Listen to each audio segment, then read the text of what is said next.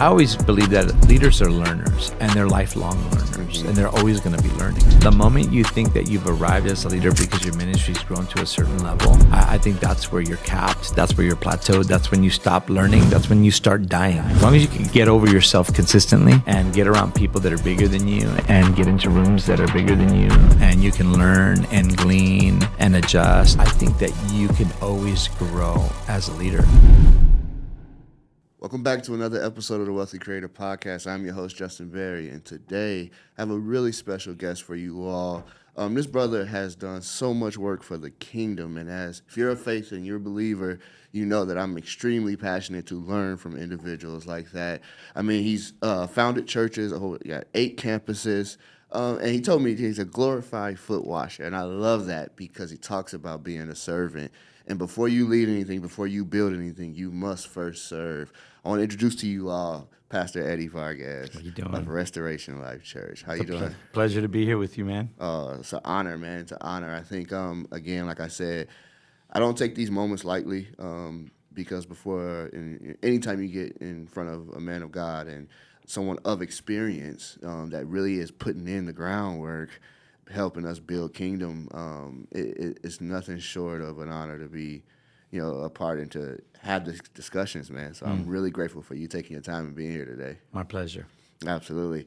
So, Eddie, I want to ask you because Restoration Church is in Los Angeles, California. Yeah. And if you are aware, if you're not, man, California's been going through it these last couple of weeks. Yeah, man. We've been on fire for the wrong reasons. For the wrong reasons. Yeah. Yeah, man. And it's so unfortunate. A quick little story. When I first saw the news about the fires, because I do have people that I know in LA. Obviously, I'm in Las Vegas, from Chicago, but I'm in Las Vegas, and I have some friends now that are still living in those areas, chasing that dream of being a part of Hollywood and acting and doing different things in the media space. And I immediately just hit the phone. I was driving to work, actually, and I literally heard guys say, these 3 people you need to check on right away. And I had no idea whether or not it was impacting him or not, but I was like, hey, I know you're near there. I know you're in California. You're not anywhere near the fires, and if so, is there anything I can do to help? And it was just with the purpose of, whether you're near it, somebody near it or not, we need to, kind of check on our brothers and sisters in these moments because you can get caught looking at social media and looking at, TV and just be watching it go down and not really realizing the type of impact that is happening. And I still don't know that people outside of California understand how much actually burned and is burning. I don't think they fully understand the magnitude of the areas that are being destroyed. What do you say for those that are outside looking in, and maybe what can they do to even, provide any type of resources or help? Well, I think first and foremost is making yourself aware of what is happening in California. And one of the beautiful things that's happening, and thank you for asking that question, because right now the fires in California is at the forefront of everything. For us, we know that Trump just got into office, that his inauguration was yesterday, and we celebrate that. Yeah. But for us, our focus is to see Angelenos heal because California is broken right now. I mean, from its governor to its mayor, to its cities. I mean, our infrastructure is broken, our economy is broken, and we're a nation state. We're like 5th strongest in the world. Yeah. And they made some really bad decisions to undercut, our firefighters' budget, and at the wrong time. So there's a lot of stuff that's going on. What happened for me was about 7 days ago, I woke up in my bedroom. I live in Inglewood, which is like 5 minutes from LAX. And when I woke up, probably about 4 a.m, I smelled smoke, and I was like, where's that coming from? And then I went out on my balcony and just saw ash all over my house, all over my truck, all over my backyard. And I was like, where's that coming from? And then I looked towards the hills from my house, and you saw this red glow. And then I went on social media and started just kind of like looking into it. I've been so busy, I've been off of every news network and everything, and found out that, Pacific Palisades and Altadena and Eaton, and all these cities were on fire. And not just on fire, but uncontrollable, uncontainable fire. And for me, we just went into pivoting our whole church, everything that we were focused on doing, and really focused on, because we have a lot of firefighter wives and firefighter or police officer wives in our church, and they're on the front lines. And we went into, focusing on how do we support our frontline warriors, because without them, this doesn't end. Yeah. And this California fire is so historic, it makes the Chicago fire look dismal, even though as horrific as it was. Historically, this is the biggest natural disaster in California has ever faced. And so you got people that are just losing. We're talking about, so you're in Las Vegas. So think about all of Henderson gone. Yeah. All of Las Vegas gone. Yeah. Like, that's what we're seeing in Pacific Palisades, Malibu, Zuma. Like, it's hit everywhere from South Pasadena to the beach. Yeah. And this thing has taken out tens of thousands of acres and displaced thousands of family. And right now they're looking for cadavers. I mean, it's a crime scene right now. Yeah. And it's horrific. And so we decided at our church, at Restoration Life Church, that we were going to focus all of our efforts on supporting the guys that are actually going to finish this fight. Even though it's not going to be in the news over the next couple of weeks, Right. it's not going to be on social media over the next couple of weeks, we decided that we're going to stay in the fight as long as they were. We're going to support them. We're also sending a lot of supplies to Dream Center, which is a great distribution center Yes. right there in LA Dream Center with Matthew Barnett. And they're doing a phenomenal job at getting resources to all the families that are displaced. And we continue to resource them. Our focus, though, at our church is the frontline guys. It's the firefighters, it's the sheriff, police officers, telephone line workers, electricians, Caltrans, all the guys that outside of the fire department that nobody else see, we see. And we're taking very specific supplies to them that they need so they can get up and go and fight this fire. And we just decided that we're in it until they're done. Yeah. Is there somewhere on you all's website or anything that people can donate or support? Absolutely. You can go to restorationlife.church and immediately you'll see SoCal Fire Relief. And right there you'll see the 10 items that we asked for if people want to come and bring in, and we'll load them up and take it. And we're taking it to the front line. Yeah. And then there's also a way to donate to restorationlife.church, and everything that comes in it's to buy supplies. And we're also working on a number of firefighters that lost their homes while fighting for other people's homes. Wow. And so we're working on that as well. And I know that not everybody's doing that. Our church has decided to do that, but we're also helping support those that have been displaced as best we can as well. So everything is on our website. Yeah. Thank you for asking. No, absolutely. It's funny because I know, like, in my house, I've been kind of like a repeat about these fires because, like I said, I don't think people fully understand the magnitude of what has actually burned. And it was a post from Erwin McManus at he was showing a picture of his church. Because Erwin's a good friend of ours. He's spoken at our events. He's come and done the podcast a few times now. He's actually one of my first guests that gave me some of the best pieces of advice off camera that was really good for me getting used to being in front of the camera. And so to see that picture of those flames Behind Mosaic. Like that one, I was like, okay, there's no way. Like, I know the impact that church has on that, even just that community right there. Yeah. I was like, and it was like, this can't happen. Like this, we have to figure something out, something to do to help. And so it really, like, it hit me. And then I also had an opportunity with Ryan. We were able to stay at an Airbnb in Malibu. And, I'm a kid from Chicago. I'm used to 2,100 square feet. Like, I'm not used to seeing these $1 million, structures along the beach. Right. And so seeing how beautiful those homes were in that area, and then to see the pictures after it, and I think I saw one house left that was still standing in that area that we stayed, and I just could not believe what was taking place. And then you start looking at comments and reading the ignorance of people, and it's just like, man, like, you guys, like, one, social media has taken empathy away from people. It has stripped people of their empathy. They don't fully, if it's not on their doorstep, they're not necessarily attached to it. Right. And they can disconnect from the human in these individuals. I'm like, that was a $10 million home. Yeah. that's not something that like we should be joking about. Yeah, in the and they worked comments. for it. Yeah, they earned it. Like Yeah, it they earned ain't it, like yeah. you can say whatever you want, but they earned it. Somebody earned it, Yeah. right? And Well, it's in like, Cali, there's no empathy for celebrities that lose their homes because they got 3 or 4, and there's no empathy for business owners that lose their homes. But the reality is that they worked for that.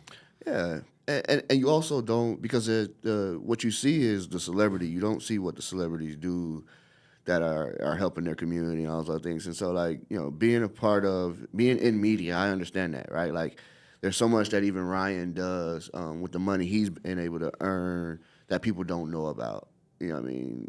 They just have no idea. And so it could look like, yeah, he's just a businessman that's got a lot of greed and making a lot of money, but they don't know those things. And so I know that exists.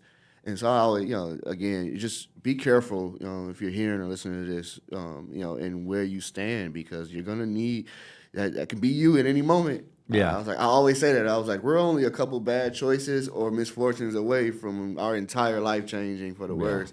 I go, so it's important to kind of know that, and I wanted to address that right away, especially with you having your home base there and you're actively in it. That's our backyard. One of the beautiful things that I've recognized, and this is something that's not new to the church, right? Because when you look at the book of Acts, right, the church has always been the first to respond to a need. In the book of Acts, when they came together, the Bible talks about how they had all things in common. Yeah. Why? Because the church responded to other people's needs. And I think that in California, especially right now, Angelinos have come together, and the church, the Big C Church, has come together. We've been able to work with some really incredible churches that are out there. Well, you got LA Dream Center, you got Zoe with Chad Veach, and you've got Jeremy Johnson with Fearless, and you got Restoration Life, and you've got a number of other churches with the Reach Network. And I tell you what, man, we banded together to work together, collaborate together, and serve LA together. And it's been beautiful to see, but the police department, the fire department, the communities, everybody's just kind of banded together to serve one another and love. And so for me, like if I were to tell you what the tone is in LA right now, is love LA, pray for LA, serve LA. That's the tone right now in LA. But then you got, a lot of, idiosyncrasies happening with people posing as firefighters, and they're looting, and people starting fires in different parts of California. My son went viral, like 2.5 million people watching his video because he actually helped put out a fire in Santa Monica where other people that were reporting on it were calling him a vandal. He's a Marine, right? Him and his friends actually rescued some crackheads. They started the fire, and he stopped the fire from catching onto a building, and all of a sudden that went viral, and we all had to come to the rescue and go, they didn't start the fire, they stopped the fire. Yeah. So you got a lot of that stuff happening all over social media, and people getting in trouble for fake media press badges and all this other stuff because they just want to go and take pictures and report. Yeah, everybody's a reporter, man. Yeah. Everybody's looking for that moment of theirs, and unfortunately, they're doing it at the expense of people. Yeah. First, I want to honor him too for even taking that stance. Like, one, he's a Marine, so Yeah. thank you for that. But even doing it in civilization, where you're actually taking on that same, because you're taking on essentially the pressure of the people, right? Like, you're like, okay, like, I know they're doing this, and this isn't, but I'm still gonna spring into action and do what I have to do. And so, there's a lot of honor there, and I'm hoping that, people can adapt that mindset, right? Like, like, make a decision on how you're gonna help, not how you're gonna help yourself. Right. That's a good way of putting it. Because I think that's where that mindset comes from. It's I didn't earn it, but I want it, and I'm going to take it, and I'm going to help myself in this circumstance. Wherever there's tragedy, there's always a person taking advantage of it. But yeah, it's unfortunate. All of it is unfortunate. And again, we here in Vegas are praying for it. I know our church, City Light Las Vegas, just recently gave to Dream Center. We do every year, and so it's really one. It's awesome to see them have the ability to step in and help. And they're churches brilliant. like yourself, Yeah. but it's also an honor just to be apart from a distance. Like, it's like, okay, I'm gonna just do what I can. I'm gonna give where I can. And so, if more people can adapt that mindset, these things get taken care of, and people get the help that they need. Yeah, and we always try to tell people that we move at the pace of their generosity. Yeah. And so their generosity helps us move faster or slower based on what the need is. And so for us, we're trying to get our firefighters and police officers everything they need to stay in this fight for as long as they can, because without them, this doesn't get done. Yeah. And so we need them to finish this fight strong. And we just decided that we're not done. They're not done. We're not done. Yeah. Yeah. That's our Start with heart. the fight. I have you here, and one of the big things I wanna discuss with you is leadership. You're doing some things that are not only building leaders, helping leaders, but I can tell that it's a passion, because you're doing things that you don't necessarily have to do. You're already leading as lead pastor of a church, which I believe can be one of the hardest jobs out there. I know people don't fully understand it because it looks shiny when you're on a stage and speaking every week, but there's so much weight on your shoulders, and people don't see the hospital visits, and they don't see the home visits and all the other works that pastors do. I've always been I ended up at City Light with Pastor Jabin, because I knew that if I needed him, I can call him, and I wanted a pastor that I can have access to in that way. I've been there for since 2018, and I haven't had to call him. And part of that is because of what he pours in to his flock, to his congregation. Because I can speak to him on a Sunday, he comes out and greets everybody, or if I'm serving, he comes through and he talks. Because I have that, I haven't had to call him. I know I could just talk to him when I see him, but I knew I always wanted access, and I know as churches get bigger and they grow, that gets more difficult. Yeah. But I knew that was one of the things, and so it's not always you need to have his phone number, but you want to still feel like a human. So I know that can get shiny for people, and people don't fully understand what you're doing. So I know you're taking up a lot of time with that, but you're also doing things to help leaders of other churches and in that community space. Can we get into a little bit of the leadership? First, would you mind telling people what it is that you do exactly for other pastors and leaders of churches? So I love the church. I love the bride of Christ, and I think that she's one of God's most beautiful miracles to mankind, because she is the hands and feet of Jesus. She's the heart of Jesus. And for us, the people that serve within the community of the church, they are the heart of the church. And we love everybody that serves. But my responsibility, the bride of Christ, not just our church in LA, but I love resourcing pastors. I love serving alongside pastors and helping. If I can help keep pastors healthy, then we can help churches stay healthy. Mm-hmm. What I've noticed is that a lot of pastors start really well or start off really strong, but don't end up finishing very strong. In fact, there aren't a lot of pastors that finish really strong when it comes to the end of their ministry. Mm. And I just want to help more pastors stay healthy longer, so that their churches and their ministries could stay healthy longer, so that when they're done and they have to transition that to the next generation, it's turnkey for the next generation. Mm-hmm. And these spiritual fathers or these spiritual generals can enter into another level of ministry where they can really just parent and love on the leaders that they've developed and be a coach to them and be like a spiritual dad, like Paul was to Timothy for most of his life. And so I help lead a network called the Reach Network, along with my pastor, Omar Lopez. And my pastor is still my pastor today. Mm-hmm. He's still my senior pastor. I submit under him and love him and the network that we've been able to build together with a number of other churches. We got about 25 churches in our network that we oversee and we love and we serve. And so I have a passion to see young guys and even older guys maybe even rethink the way that they do things. I mean, I just turned 55 this year, so I'm not that young, but I've been pretty creative for most of my life and tried to stay creative for the rest of my life. And so that's my heart, is just to see guys thrive in their ministry. Mm-hmm. So let's a pastor just getting started as lead pastor. He's growing a church. He's actually seeing some success, and there's like, okay, we're putting on the best possible service every week that we can. That's our focus. What leadership advice would you give somebody that's new to it and just getting going? Well, it depends on where they are, right? Everybody's in different places of growth. Some guys grow really fast. Some guys take a long time to grow, and then you can really try to discern why some guys grow faster than others. Sometimes it's right time, right place, right moment. Of course, hand of God's on it. And other guys, God uses, in the long game a little bit. It takes longer to grow. It's more of a fight to grow, but they stay in that fight. And so it really is discerning where the guy is.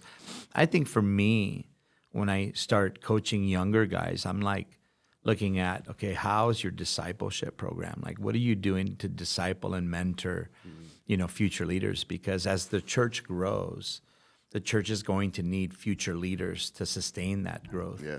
And I believe that you always default to what you're prepared for. And if you're not prepared for that growth, you'll default to chaos.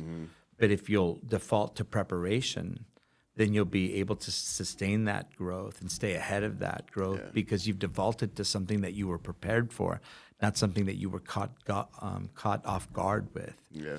And so I try to help guys prepare for the next season of growth, the next stage of growth. And we look at their metrics and we look at how they're doing, what they're doing, and why they're doing it based on their vision and how they're approaching it. And so I think that's a big part of the initial phase. It's like, okay, let me see what you're doing. Let me see how you're going about doing it. Show me the areas of fruitfulness. Show me the areas of contentiousness. And let's figure out how we can continue to grow in the area that you're growing in and how to maybe adjust or pivot in the area of contentiousness. Maybe you're trying to push something to make happen that isn't in your wheelhouse to make happen right now. And maybe you need to capitalize here and not put so much emphasis here. And so I try to discern those moments with different guys based on where they're at and just try to coach them through it as like a dad. Like a lot of the guys that are in my network, they were all in my youth ministry. Most of them were in my youth ministry. So they don't even call me pastor. They call me Pops. Hey, Pops, I'm dealing with this right now. I'm dealing with the leader that fell, or I'm dealing with, a really dynamic couple that's left us to go somewhere else. How do I navigate that?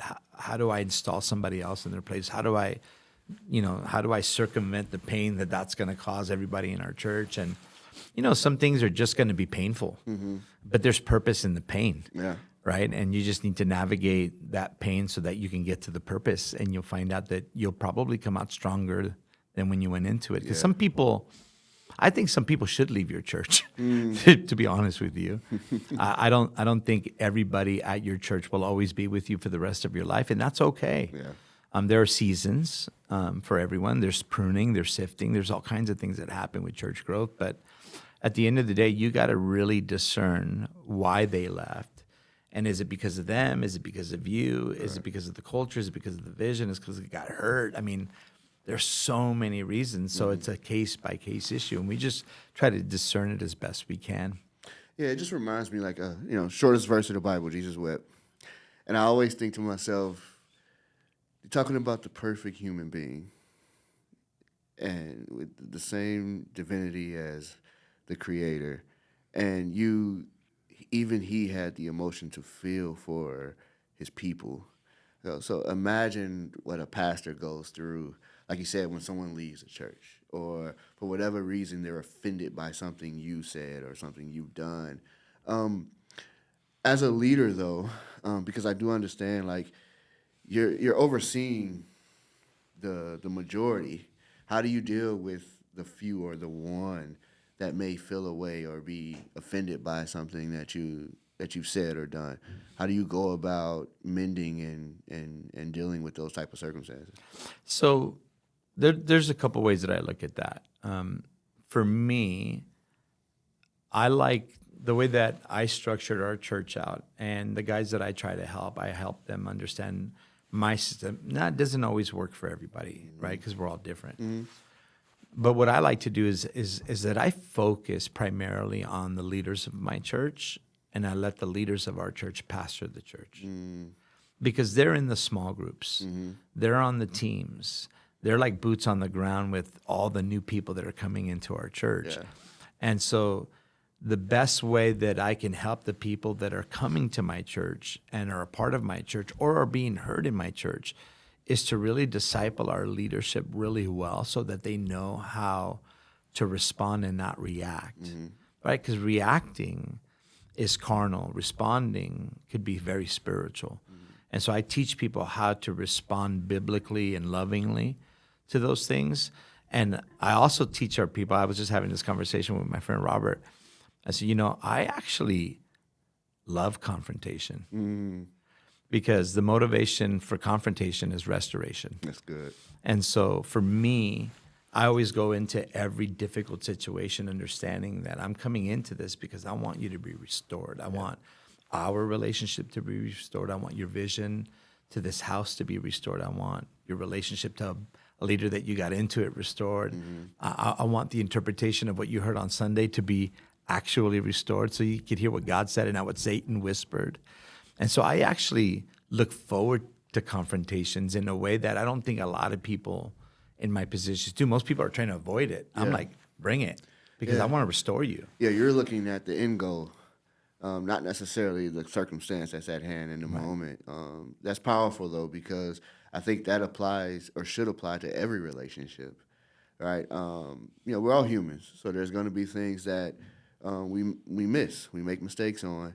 And it's like if you can focus on the end goal of, again, restoring, it's likely that the outcome that you really want in your heart happens. Yeah. Because I think that's another thing. Like, things don't go your way is because you're not necessarily looking for it to go that way, right? You're looking for your way to make happen. And so it's like, if you take a moment, take a step back, put yourselves in other people's shoes, and then really have, that battle of, hey, let's get these words out and let's figure out how we get to the next level. Because you can be, I think, most relationships can be restored in that way. So it's very powerful to know, like, as a leader, you should be looking at the end goal. Like, because I've seen it. I've seen both. I've seen where it's like someone left the church because the pastor said something political. And it's like, okay, here we go. All right, here we go. Like I get it. I understand where you're coming from. But rather than leaving, are you going to go talk to him? Are you going to go, like, that's been your pastor. Yeah. Like, you should feel comfortable enough at least to go talk to him about what you may or may not disagree with. But a lot of people just go, nope, I'm going somewhere else. Yeah. You know what I mean? And it's like, okay. And that's happened to me a lot. Yeah. That's happened to me a lot, too. I mean, I live in L.A., the most liberal state, in the United States. So Sure. it's happened to me a lot because I'm a no-nonsense preacher, so I don't water down the gospel in any way, shape, or form. But I'm very confrontational with truth. And, Jesus said that he came with truth and grace. And I think that there are a lot of guys that just preach truth, and truth can be like this, right? But grace does something beautiful with truth. It sets you free when it's done together. Yeah. Right. And so I think that's probably an amplification of our ministry at our church at Restoration Life. Yeah. John Maxwell was here. He did an event here in our office, and one of the things he said that really stuck with me was, "You're going to rise and fall to the ability of your leadership." And I was like, that's really profound. And I, because you hear all these other things, like you're going to rise and fall to the ability of your skill. And when he said your leadership, it made me think to myself, have you, Justin, actually taken the time to develop your leadership skills? And pretty much the majority of my life, playing sports, playing ball, I was always the captain of the team. I was always in a leadership position. But I was like, I never actually studied and read. It was just kind of like a natural thing that was given. And now I find myself getting a better understanding of what that actually means, especially when you're a part of something that is kingdom building. You need the skill. Your gift's only going to go so far here, right? You actually need to develop the skill that he's given. What's your take on that, and how do you believe that kind of phrase of rise and fall to the ability of and the level of your leadership? Yeah, I do. I do believe in that. And I think that what a lot of guys tend not to do is they tend to stay in rooms where they're the biggest, when in reality they should go into rooms where they're the smallest. Because when you're the smallest guy in the room, you've got nothing but to learn. Yeah. As long as you ask the right questions and you're not trying to puff out your chest and inflate the numbers and do all the things that sometimes leaders do. Yeah. I love getting around the people that are bigger than I am. And I mean that in every aspect of it. Like they're just bigger in life, bigger in gifting, bigger in church, bigger in metrics, bigger in finance, bigger in everything, because I can learn from them. And if I ask the right questions and I get around the right people that are open to teaching me, because I always believe that leaders are learners and they're lifelong learners and they're always going to be learning. The moment you think that you've arrived as a leader because your ministry's grown to a certain level, I think that's where you're capped. That's where you're plateaued. That's when you stop learning. That's when you start dying. And so I think that as long as you can get over yourself consistently and get around people that are bigger than you and get into rooms that are bigger than you and you can learn and glean and adjust, I think that you can always grow as a leader. Because I think too many leaders go through it instead of grow through it. And I love to grow through things and not just go through things. And so I get around men that I trust, that are much bigger than I am. And I love listening. I love, just absorbing, what they have. I'm not there to make a name for myself. The only name that I care about making famous is Jesus.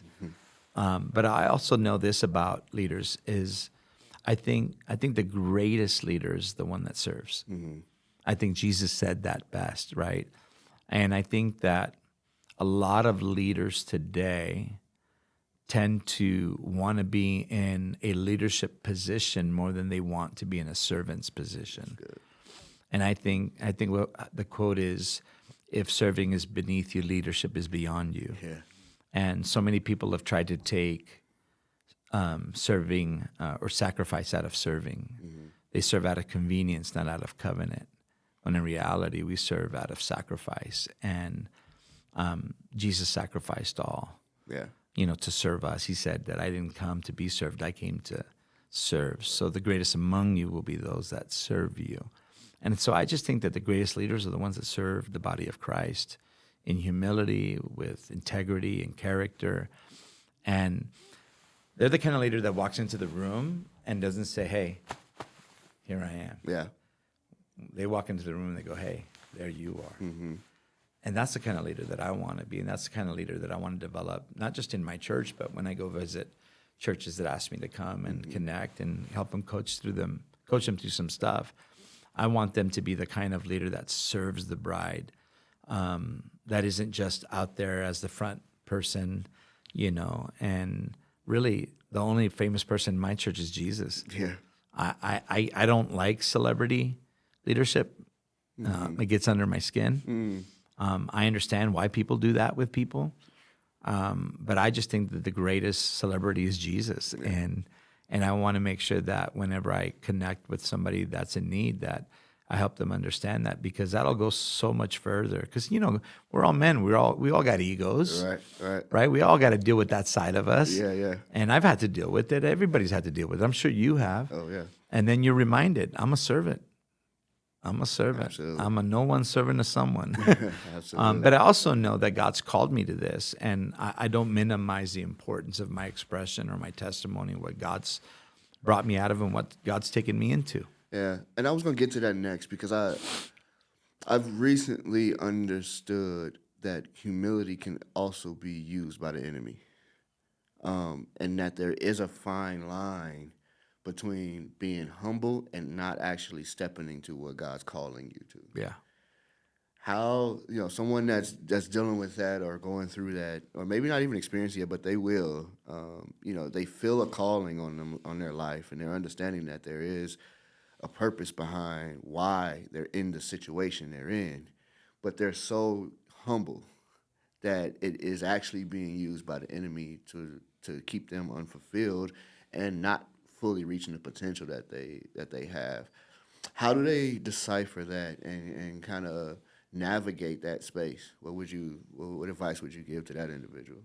That's a good question, because I remember in my early years, and I'm saying 20-something years ago when I was in my 30s, I remember, just kind of being, the guy in our network that was growing fast, that had, a big youth ministry for the size of the church, had, a lot of invitations, was on TBN, like all that stuff. And then I just know me, and I didn't like how I was responding to all the attention. And I started to withdraw, and people were like, no, you got to do this, and you should be doing this, and you should say yes to that and yes to that. And I'm like, no, I'm good. Yeah. And I withdrew, and I withdrew for years because I didn't want my ego to overcome God's calling. And one of the things that I dealt with early on is like, when I originally got planted out in Redondo Beach, originally I wanted to go to Brooklyn. Okay. I'm originally from Brooklyn, New York, raised in L.A., Okay. in Flatbush, and I wanted to go to New York, and so my pastor was like, "No, it's too expensive. That's a big move. You need to be out here in L.A." And so I submitted to that. He's my pastor. I honored that and submitted, but I always wanted to go back to New York.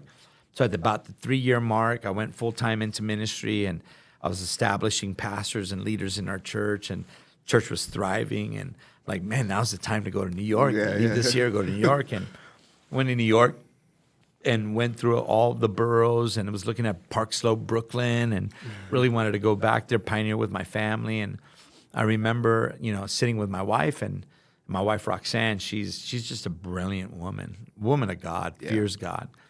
And I'm like, man, you ready to go? You ready to go? Like, we're here, we prayed, we fasted, we built, we've proven ourselves. You ready? And she's like, look, I'll follow you anywhere in this world, but you better know that that this is God and not Eddie. Yeah. And when she said that, it was like a balloon just popped, because what I failed to recognize is that ambition and calling almost feel identical, right? Because you have and you justify the ambition because you're like, I'm gonna do it for God. Right. When in reality, I wanted to break open a city that my network hasn't been able to break open, and I wanted to be that guy that did it. Yeah. And I needed to humble myself. And when I humbled myself, I recognized that God didn't want me there. God wanted me to stay in LA. And then that other opportunity came to my doorstep, where this church was dead, and they're in need of a lead pastor, and they're a Reformed church, and they're asking a Pentecostal kid, would you come and pastor it? And I was like, well, that's going to take a miracle. And sure enough, 16 years later, here's the miracle, thriving. Yeah. But I needed to learn, first and foremost, how to humble myself, to learn the discerning between ambition and calling. And then I needed to be humble enough and recognize the humility that this is what God called me to, and not allow what I withdrew from because I didn't want it to be egotistical, I didn't want it to be ambitious, to now stop me from doing this too. So I really needed to lean into God and say, God, what do you want me to do? Because at the end of the day, it's God's house. Yeah. He's going to build it. I'm just the contract worker. And so I would say to anybody that deals with maybe allowing humility to keep them from pursuing God's calling, I would say to that person, in your humility, submit to whatever door God opens for you, and know the difference between a door that the enemy opens and the door of opportunity that God opens for you. Yeah. And I think when you walk in humility and you put aside ego and you put aside ambition, I think you'll be able to hear God clearly and walk through the right door, because I was able to do that. Yeah. But I also had a number of counselors around me that helped me, which is the second thing that I would say. Make sure that you got men of God that don't have any skin in the game, that are willing to tell you what you need to hear and not what you want to hear. No, that's so good. That's so good. Yeah, we moved from Chicago in 2018. I didn't know anybody in Vegas. I had one friend that was living here, so I had no network. And one of the things that me and my wife prayed for, she prayed for married, believing friends, and I prayed to be surrounded by men who are believers and ready to build. Because I moved here on a torn patella tendon, so it's 115 degrees when we got here, and I was on crutches. I couldn't do much. My wife even had to drive across country by herself for the car, and so it was like I had the opportunity I had to start with their Metro Police Department. That was done. It was like, all right, you got to rehab for a year before you even get that opportunity to try again. And so this is what I was like, okay, this is what faith feels like right here. It was like, if I've never felt it before in my life, I was like, this is what it feels like. I don't even know how I'm going to help pay the rent next month. Right? It's like, what do I do here? And so I realized that what I was praying for, because I was praying for money. I was like, what I was praying for, I was beginning to idolize. And it was like, you're going about it wrong because it was your ambition, like you described. It's like you wanted to figure out, like I knew police, I was going to have good paying job and overtime if I needed to work my butt off to get as much as I could. Now it's like you can't do none of that, and you don't even know, like your entire life you relied on your athletic ability, and your leg is gone. So it's like figuring out. I had the surgery in July. We moved in August, and by November I was working for an armored truck company. They told me it was going to take a year for me to run and walk again, but I was like, yeah, you don't know me. I'm gonna figure this out. And what I realized though is at that armored truck company, it wasn't what I prayed for. It was what I just wanted in the moment. In my mind, I was like, you can't get to Christmas and not have some money and gifts for your 1-year-old and your wife. So you got to go do whatever you have to do. But I was surrounded by the most toxic individuals that you could be surrounded by. They were all retired military, wanting to be police officers, or old correctional guys that got fired for a reason or another. And it was just toxic. I realized nobody wanted to go home to their wives. Nobody believed in anything that I believed in. And it was like weight every day. And don't get it wrong, like, some of those guys I love, I enjoyed the time, but like, it still was not a good environment, to kind of do especially in a new place, trying to do what we're trying to do here in Vegas. And so my prayer changed that it shifted from, hey, provide for me, I need a financial breakthrough, fill in the blank, to bless me so I could bless someone else. And that's where everything shifted. I was like, God, if you can bless me with an opportunity, I promise you, one, I'm going to take advantage of it, and I'm going to do what you have for me to do in this opportunity.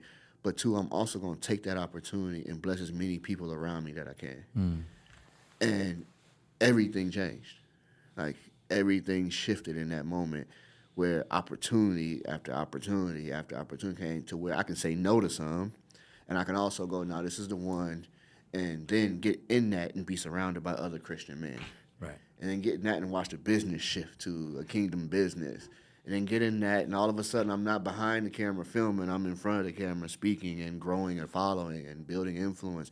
And I'm doing all these things, and it was like, I never would have thought, because he's going beyond whatever I asked for, financially breaking through and doing new things, right? Like, these are all things that were happening, but it was because I was humble enough to realize that even my prayer was selfish. Even my prayer was about my ambitions and what I wanted. And I'm talking to him like he owed me.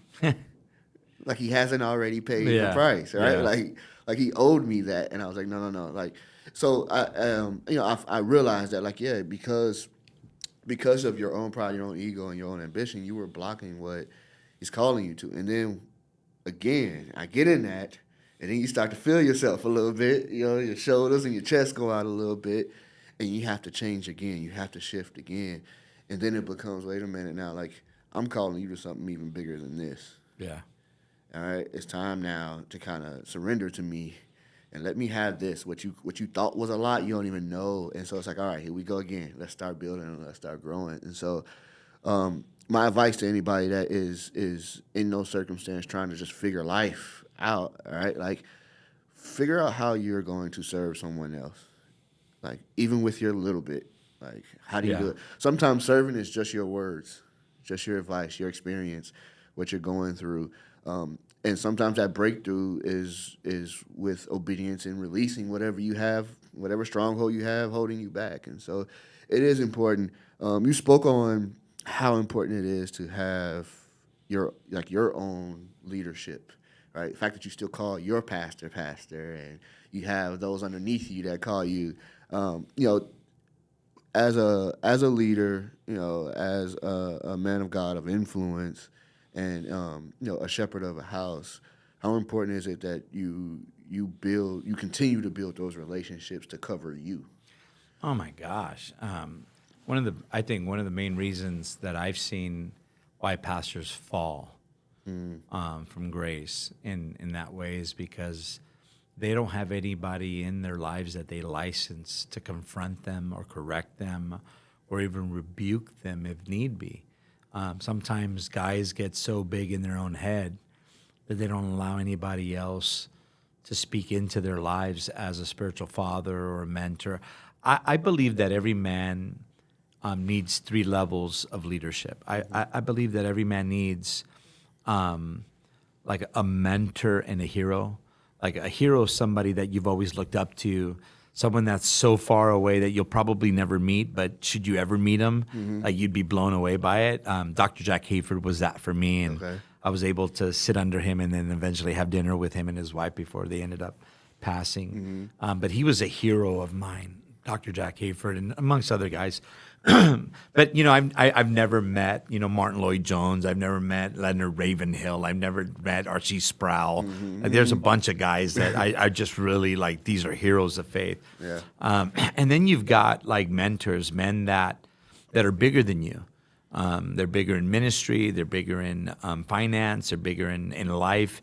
And these guys could really mentor you out of adolescence in your leadership, because even as dynamic leaders, you could still have a level of adolescence in your leadership. And so you need mentors, men that you allow and license to speak into your life.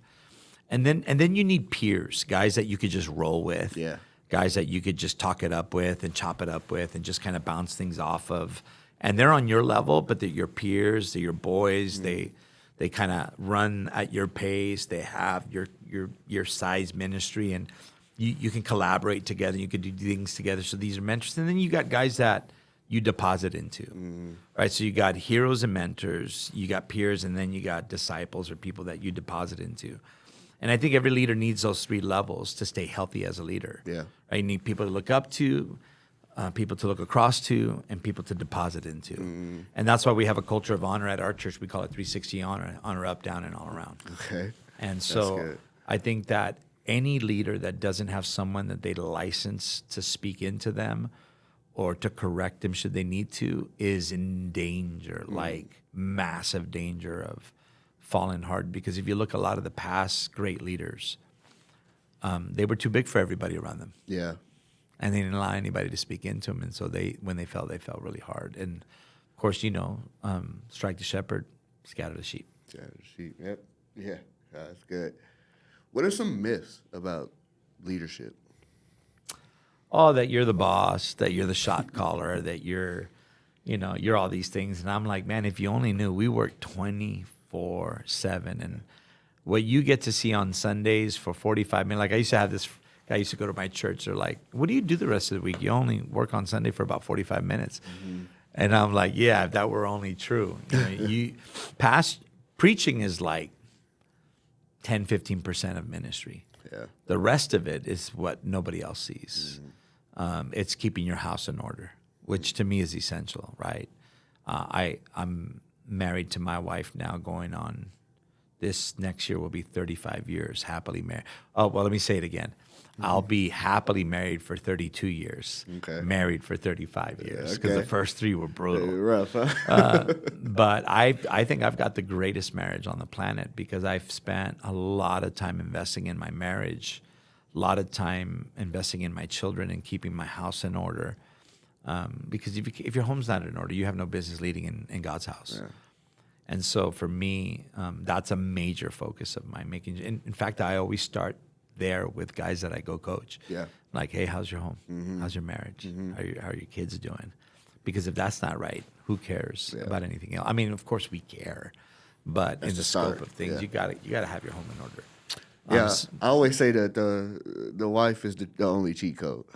Like, she's my only cheat code to any and everything that I'm trying to do. Because if no one else is gonna check me, she'll check me.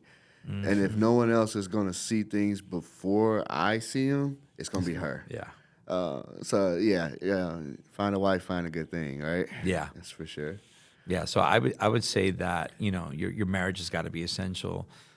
Your covering. I think every leader needs to have a covering over them, whether it be an executive board or an elder board or a team of guys that you trust. And I've got guys like that. So I have an executive team in my church. I have my lead pastor, or I'm sorry, my senior pastor that's not in my church. He's in his own church.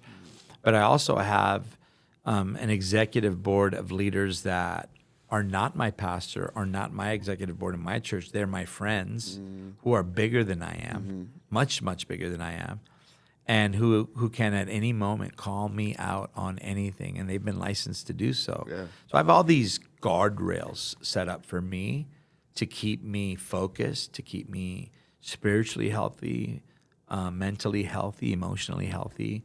And if I'm healthy in all those areas, then I'll be healthy as a leader in my church. Yeah. No, that's good.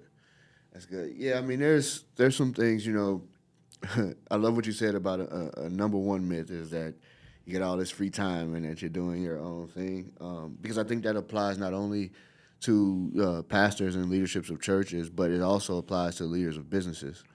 A lot of our viewers and our listeners are entrepreneurs, whether they're in a growing business, a startup business, or already established and doing really well. Everybody, they ring the bell of I make my own schedule and I do my own thing, but going from a 9 to 5 to an entrepreneur, you're working more, and it's almost nonstop. You literally have to manage your time, appropriately and really effectively. Something I learned from Ryan when I first started here, I was like, he has a calendar, and he follows that calendar to a T. And so there were times where like a podcast guest would come early, like when he's having his lunch, and I would watch him. And it was a crazy thing because I'm like, in my mind, I'm like, this guy has made millions of dollars, professional, but I would watch him eat and talk to them at the same time. And I would be like, dude, the way he's chewing that food in front of this guy, I'm like, I could not believe he's doing this. But it was his schedule. Yeah. And there was no negotiating what is laid out on his schedule. But what I learned from that, though, is what he was able to get done in an 8-hour span. So I showed you around the building, and our core branding is the Wealthy Way, and a big part of the Wealthy Way is no working after 5 o'clock and no working on weekends. After 5, get with your family. It's time for family. No distractions in that, and then weekends are for family and loved ones. And so I realized he can do that because he's stuck to that schedule. Right. How important is that to what you do and what you suggest to other leaders as far as how they manage their time in that way?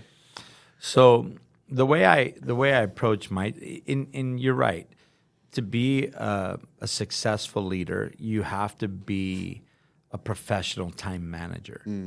And for me, I live by my calendar. I was just telling my friend Robert that my PA controls my life through my calendar. Yeah. Right. So I have to stick to that calendar.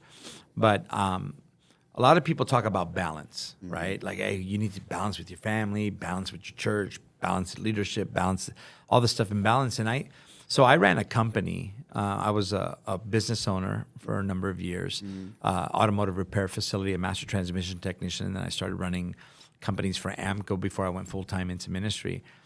And I worked 6 days a week, 12 hours a day while pioneering a church. Wow. So I didn't get like this big lump sum of money to go start a church and give it my all for the first 2 years and see what happens. Yeah. I literally worked 60 hours a week, 6 days a week to pioneer this thing and then finally transition out of it into this. And so I would say that balance is a farce. I think rhythm is how I live. I find a healthy rhythm where, for me, God comes first. And it's the same for my wife. It's the same way for my family. God comes first in all things at all times. Now, that doesn't mean that church people come before my family. So the way that it works out for me is God comes first, then is my wife, then it's my children, then it's my church, and in that order. And the rhythm is that there are going to be times where I got to burn the candle at both ends for ministry. But then once I'm done there, I spend a lot of quality time with my wife and my children and making sure that I'm meeting every need that she has and every need that they have. Yeah. And then, of course, I have my own personal needs that I need to get met, that my wife takes care of, my family takes care of. And, certain things that I like to go spearfishing. I free dive. Okay. I surf. I do all those things. And I love that. But it's finding a healthy rhythm, and you have to organize your calendar in such a way where you need a Sabbath day. So there's a day of rest for me, my family. I don't do nothing. I don't answer my phone. I don't talk to people unless it's an extreme emergency. That phone number that comes up on my screen will not be responded to if I'm with my wife or my children, or now my grandchildren, because now I get to spend time with my grandchildren. So I think being a professional time manager is essential on learning how to become a strong leader. Yeah. So how important are like vacations and breaks for you, and how Very. often? Okay. Very. This past, let me see, September of 2020 or 2021 was the first time in 22 years that I took a sabbatical. Okay. I took it for 3.5 months. And they say that 50% of pastors that go on sabbatical don't come back from sabbatical. Yeah. And I've actually seen that. Really? I couldn't wait to come back. My wife was like, man, already? Yeah. But it was a great time away. We refocused on each other. We talked a lot. We reconnected. And we needed to purge some things out of us that were unhealthy habits that we allowed in our marriage and in our family that we needed to get rid of that don't belong in our future. And we did that. And so for me, I vacation hard. So I go on multiple vacations a year. Okay. I vacation with my family, which is a vacation for my family, but not for me. Yeah. It's work. Because as the dad, I'm the mule, right? I carry everything. I drive everybody. I pay for everything. I go everywhere. Yeah. I'm the mule. It's a trip. It's not It's a a trip. vacation. It's not a vacation for me. And then when it's me and my wife, it's still not really vacation for me. It's like, where do you want to go? What do you want to Right. eat? You're What do you still want to do? catering. Yeah. But it's a lot better, and we get to hang there. And then I go on a vacation where, we go on friendscation, and it's like we're all just going out having a good time. So I try to go on vacations at least 3 times a year. Last year I didn't get to do that because we were really busy and growing exponentially. But this year we're already focused on going on 2 or 3 trips, and I think it's important for any leader to do that. That's awesome. My pastor Javid, I say, like, he did a 40-day 2024 or 2023, one of those 2 years. But when he was describing it, he goes, yeah, he was like, at first I'm like, what am I about to do for this amount of time? Like, what? Because I'm so used to going and doing. He goes, so I take my laptop, and the plan is I'm going to write a book. He goes, I open that laptop once, shut it, never open it again for that amount of time. But he goes, but he was so ready to get back. Like, he was extremely ready to get back. He's like, it was great for his wife. He's like, but he was ready to get back. But one thing that he loved is that it was the first time that he had that amount of time with his daughter, Goldie. And that meant a lot. And that meant a ton. And so if you're a listener, you're watching this, be sure that you're making time. And I know that I always get pushback on that. I talk about vacations and things like that to people because they're like, it's grind season. We gotta grind. We gotta work. And it's like, yeah, you're doing it for what though? At what sacrifice? So it's important to make sure that you're providing that time for yourself, for your loved ones, because they're in it with you. Yeah. I think that's the other thing that people don't realize is that even like I have a 7 and a 4-year-old, they're in this with me, right? Like my son last night, as I'm putting him to bed, he's like, Dad, remember last year that thing you came to at the school where we had cookies and hot chocolate in the morning? Well, they're doing that tomorrow. I'm like, son, I got a guest coming tomorrow. I was like, I can't do it tomorrow. But it was so heavy because I was like, man, I wish I could go. Like, I wish I could. I know he wants me to be there, and I really would cancel everything, except you're coming from out of town, and we planned this. I can't do that. So I was like, one of those things was I'm going to make sure that I make that up in some type of way where we will get just me and him, some time together because it's important. Yeah. If God rested, we got to have to. We got to. We have to. Absolutely. Well, it's interesting that you say that because, I come from the days of passing out flyers on doors and preaching on streets and, witnessing to people on the street corner and jumping on buses and telling people about Jesus. And today, social media has kind of taken over all things evangelism. And for us, we've seen most of our church growth happen in 2 ways. First and foremost is the personal invitation. It's just people bringing people. Yeah. And whenever you have a church that people are in love with, they tend to want to invite everybody to it, right? They want everybody to experience that same love and community that they have. And secondly, of course, it's like when we ask, it's like, hey, how'd you hear about us? How'd you find out? Social media, whether it was TikTok or Instagram or Facebook, it's all the videos and the video clips being posted, the worship services being posted, the live streaming that's happening, and we do all of it. Yeah. And I just want to say that it's increasingly more and more important for any guy to really dial in their social media expression in order to reach a community that's whether they know or they don't know that they're looking for a church. Yeah. A lot of people come to Jesus through social media nowadays, and so I would say it's extremely important. Yeah, I love that because I think people don't. For people that don't go to church today, one of the main reasons that they don't go is not because they don't believe or they don't want to. It's because they just never been invited. And so what I've learned is like through social media, you can invite without pressing. Like you don't have to feel. It doesn't have to feel forced. I could just invite you someplace by showing you what's going on there. And so I think like it's just a powerful tool that when used correctly, Right. you know, you can grow fast. You can grow really fast.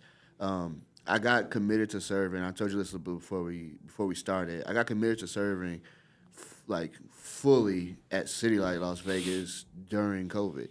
I was doing, I was helping out here and there when they needed me, but it wasn't until then where the call was for someone that wasn't scared to come outside during that pandemic. And I was like, well, I ain't scared to come outside. I was like, and if I'm gonna get sick, I'd rather get sick at the church house, right? Right. I'd rather be with Jesus when I get sick. But I really wasn't worried about it because I knew I was covered by the blood. And so I was like, well, if this is to serve the house, yeah, sure, I'll do it. And we filmed an Easter session. And it's funny because at the time I was still working for the armored trunk. And I got a picture in my office, and it's I was still in uniform. So I had my vest on, my bulletproof vest on, gun on my hip, and I'm filming the service with the camera in my hand. And I remember I posted that picture, and I was like, God hasn't given us the spirit of fear. And I was like, and then it was a link to the Easter service, so the final, what you can see. And I posted that not for me, but I posted it for people to realize, like, hey, look, like, this is, like, y'all got to get back out here. Y'all got to feel what I'm feeling in these moments. Like, God's getting ready to move, Right. like, tremendously. And it was funny. I got a lot of comments was like, oh, you're a real shooter. You're a real shooter. Corny jokes. But then there were comments that was like, where is this? Where is this at? Like, where is this Right. Vegas?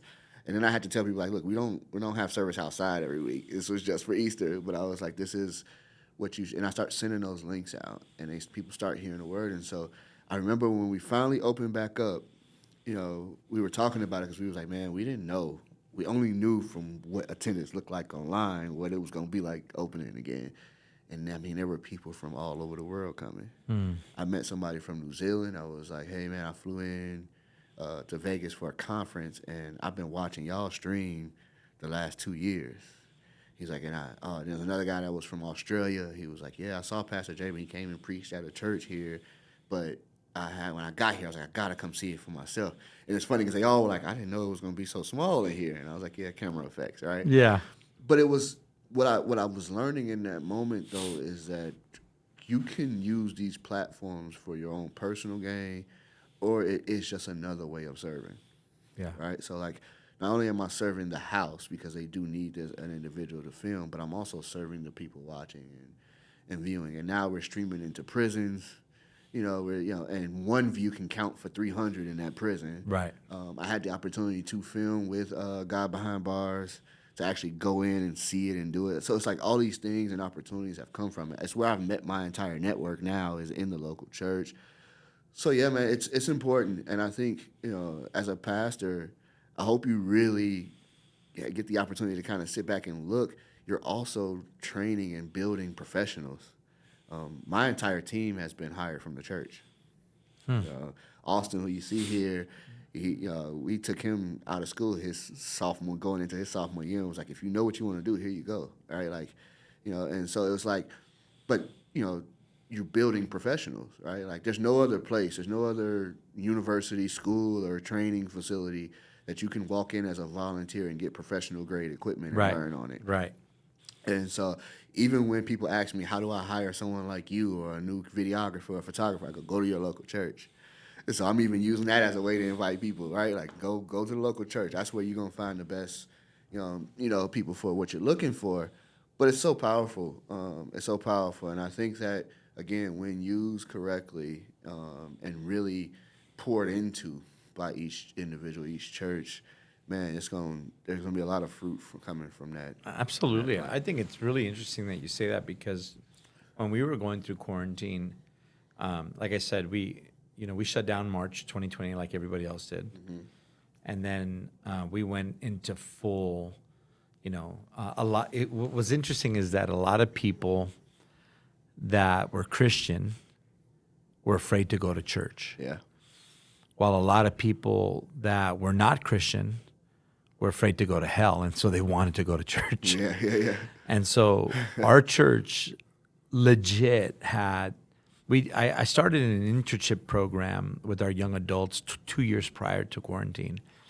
And then when we went into quarantine, we realized that we needed to broadcast everything, because the strength of our church was our community. Mm-hmm. And so we always tell everybody that community is a blessing. And so this quarantine removed our community. So how do we stay in community to remain in that blessing? Because we have the saying at our church, we love like Jesus, but we feel like family. That's good. And so when you come on our campus, that's what everybody experiences. Mm-hmm. And I would say like 90-something% of everybody feels that at our church, because Yeah. we're very intentional about that. But what we recognize is that we needed to shut everything down and go into broadcasting mode, social media mode.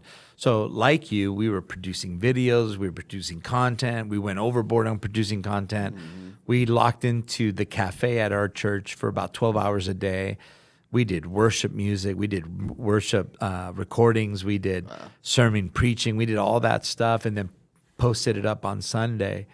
And we all stayed together where we wouldn't be allowed technically to hang out with anybody else, Mm-hmm. so that we would all stay healthy and strong. But it was out of that I have most of the people that are hired on today at our church as staff now. Wow.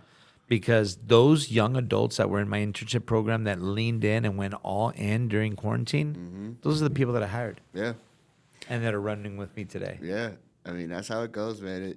You're building a house, right? Like you're building, and they're going from volunteers to professionals. Yeah. And there's nothing better than the experience doing it, right? Like it was like, yeah, I could go I'd go take a course. I could go watch a million YouTube videos to learn something.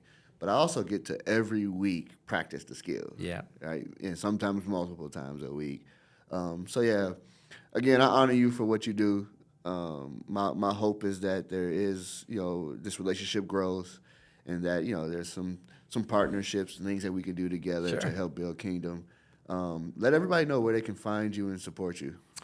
So you could find our church at restorationlife.church. We're in Los Angeles, California, right by LAX. If they want to see some of the stuff that we're doing with the firefighters or any of the content that I'm producing, they can go to at Pastor Eddie V on my Instagram. Everything is there. And then the church links and everything are there. And we'd be honored to serve alongside of you guys in any way that we can. All right. That's awesome, man. Pastor Vargas, thank you again for being here. Pleasure. Really appreciate it. God bless you, man. Really appreciate it. If you're still here, you're still listening, still watching, be sure to subscribe, follow on all the pages, hit that notification button so that you get alerted whenever we drop. And I'll check you on the next one. Peace. Let's go. All right.